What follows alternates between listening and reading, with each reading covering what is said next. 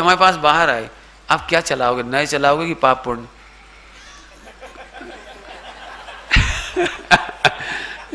ये कल मेरे से बोले, कल मैंने बोला था ना सुबह कि अब चारों टाइम अपन नए चलाएंगे, तीनों नए वाली कैसेट लगा दी, अब मैंने पाप पुण्य चला दिया। बोले तुम्हारा भरोसा ही नहीं कुछ।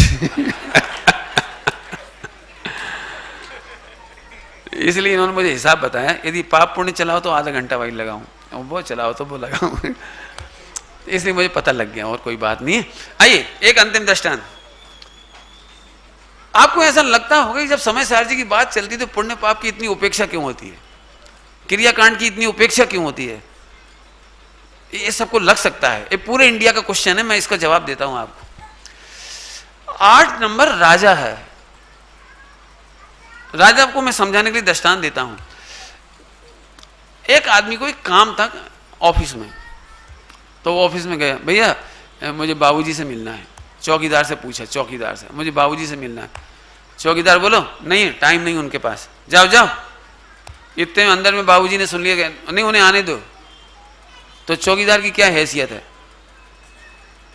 बताओ क्या हैसियत है? जाओ जाओ, साहब ने बुलाया। मैंने उसकी वचन की वैल्यू अब कुछ नहीं रही, यदि अंदर से ऑर्डर आ जाए तो। ओके, क्लर्क से बातचीत हुई, भैया हमारी ऑफिस की, वो ऑफिस सुपरिटेंडेंट है ना जो ओए, हमें उनसे बात करना है भैया, बड़े बाबू से। नहीं नहीं उन्हें टाइम नहीं है। अब बेचारा कुछ नहीं कर सकता, लेकिन अंदर से बड़े बाबू हेड क्लर्क ने कहा आने दो। अब जी क्या करेगा, कुछ नहीं कर सकता। बड़े बाबू के पास गए, उन्होंने कहा नहीं काम नहीं हो सकता जी। तो उन्होंने कहा मुझे एएसपी से मिलना है। एएसपी से नहीं मिल सकते, उनका टाइम बहुत कीमती है, आप कुछ नहीं कर सकते। लेकिन इतने में अंदर एएसपी ने रिंग दी, घंटी, भेजो इस फाइल को अंदर। हाँ जाइए जाइए, बुला रहे। पॉइंट समझ में आ रहा कुछ? एएसपी भी काम नहीं करे तो एसपी, आखिर राष्ट्रपति के पास आ गई गाड़ी। मैं आपसे पूछता हूं, हाई कोर्ट सुप्रीम कोर्ट भी किसी को फांसी दे दे और राष्ट्रपति कहते कि नहीं, तो किसकी बात मानी जाएगी? जी है राष्ट्रपति माने राजा, जी है राजा। भाई साहब 8 नंबर राजा है, वो 7 का निषेध कर सकता है। इसका मतलब 7 की इंसल्ट नहीं है। क्लर्क चपरासी ये नहीं कह सकता कि मैंने मना कर दिया तो क्लर्क ने कैसे बुलाया, इसमें मेरी इंसल्ट है, ये नहीं कह सकता। क्लर्क ये नहीं कह सकता कि जब मैंने मना कर दिया तो हेड क्लर्क ने कैसे बुलाया, मेरी इंसल्ट है। ऐसे ही 8 नंबर का आदर करने पर 7 नयों का अनादर नहीं होता। कुछ कहा हमने? हम साक्षात शुद्ध निश्चय नय का भी निषेध कर सकते हैं, केवल ज्ञान को भी हे कह सकते हैं, हम अरन सिद्ध दशा को भी हे कह सकते हैं। इसका मतलब ये नहीं है कि अरन सिद्ध भगवान का अनादर हो गया, क्योंकि लिखा है 8 नंबर का नय, नाम बोलो बेटे, परम शुद्ध निश्चय नय, ये नयों का राजा है, ये सब का निषेध कर सकता है। और इसीलिए मैंने वो 7 नय पढ़ाए थे ना, जब बार बार कह रहा था, कहना तो मानना नहीं, मानना 8 नंबर की, मानना 8 नंबर की। इसलिए मैं 7 को कहने के लिए कहता था, मानने के लिए नहीं कहता था। मानना 8 नंबर, और 8 नंबर सरक कर इधर आ गया, आने का। वेरी गुड, 8 नंबर सरक के कहां गया? इसलिए मैंने दृष्टांत दिया। हो सकता है आपको ऐसा लगे तो भगवान की पूजा नहीं करें, कि जिसे 8 नंबर की खुमारी हो कहते मत करो। ये अनंत सिद्ध भगवान, अनंत ज्ञान, केवल ज्ञान, अनंत सुख, चुप, कुछ नहीं। कब कह सकते हो?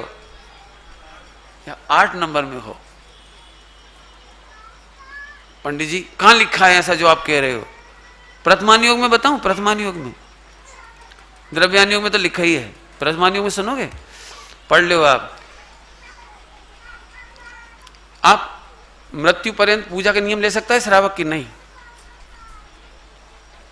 बोलो भैया, क्यों नहीं ले सकता? क्यों? मुनि बन गए तो?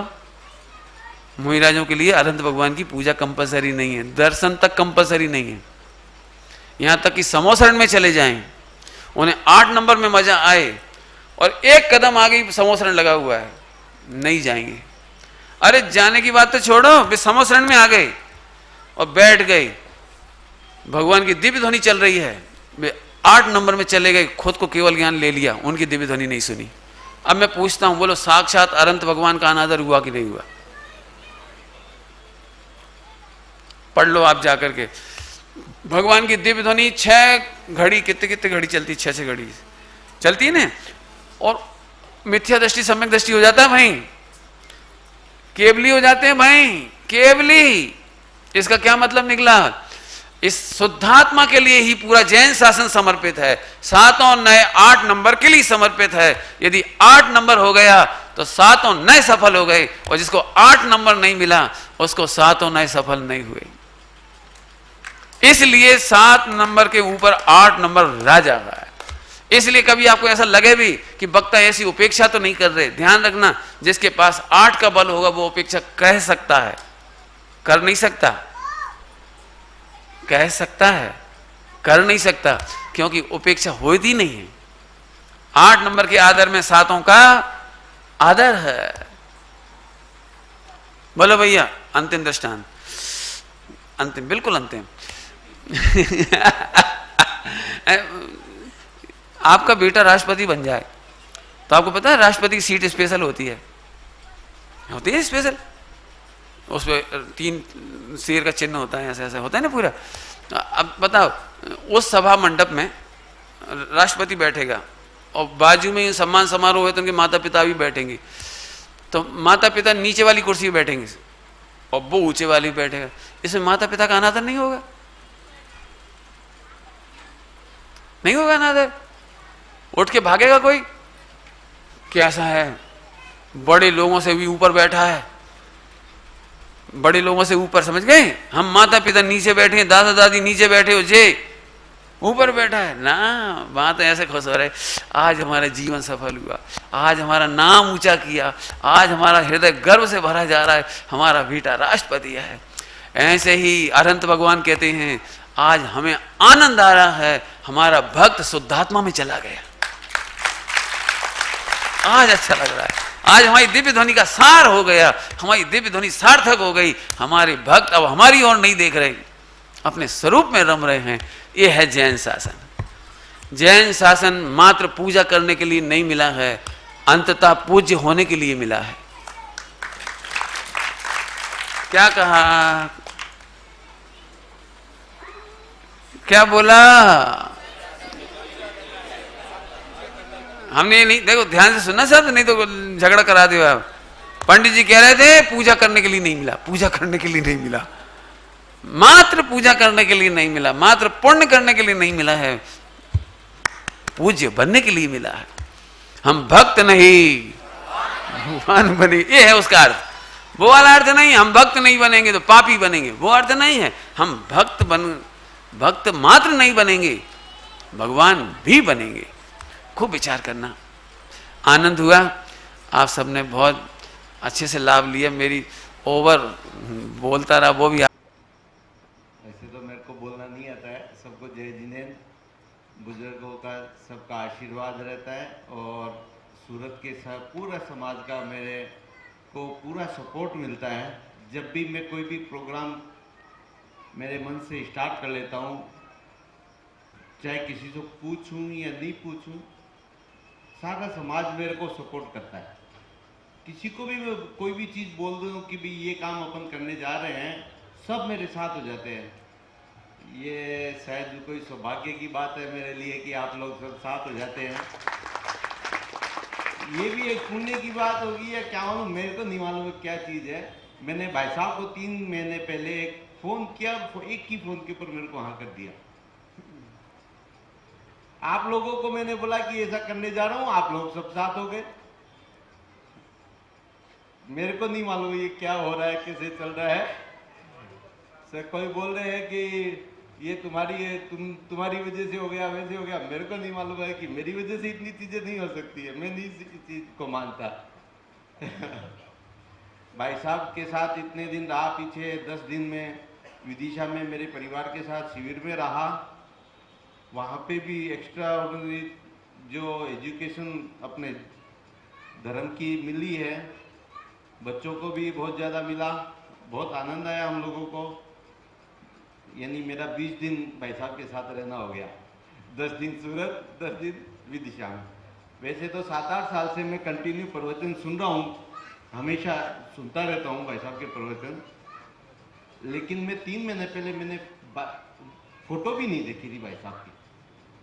जब मैंने फ़ोन किया तो मेरे को मालूम चला, तो मैंने किसी ने मेरे को बताया कि यूट्यूब के ऊपर भाई साहब के कुछ प्रवचन है, वो देखना। मैंने वो देखा तो मेरे को, मैं फर्स्ट टाइम मैंने फोटो देखी थी। लागनी लागनी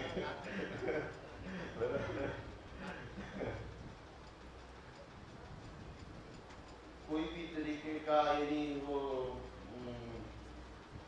काफी गुरु लोग मिलते रहते हैं अपन को भी, कई तरीके के गुरु मिलते रहते हैं। कहीं ना कहीं कुछ न कुछ लाग लपेट रहता है। शायद ऐसे गुरु नहीं देखने को मिलते, है ना।